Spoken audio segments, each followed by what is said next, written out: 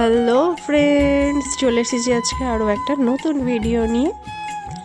শীতের স্পেশাল নলেন গুড়ের দুধ পুলি। চলো দেখে নিই এতে কী কী লাগছে।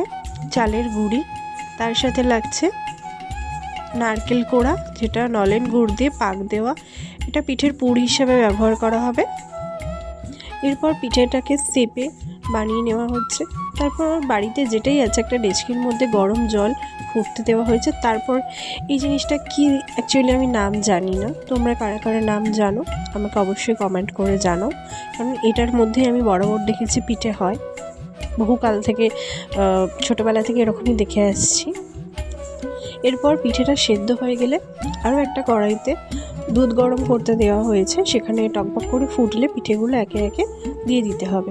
সেদ্ধ পিঠেগুলো ওর মধ্যে গরম হবে, তার মধ্যে দিয়ে দিতে হবে নলেন গুড়, যেটার স্বাদ আরও বাড়িয়ে তোলে দুধ পুলির।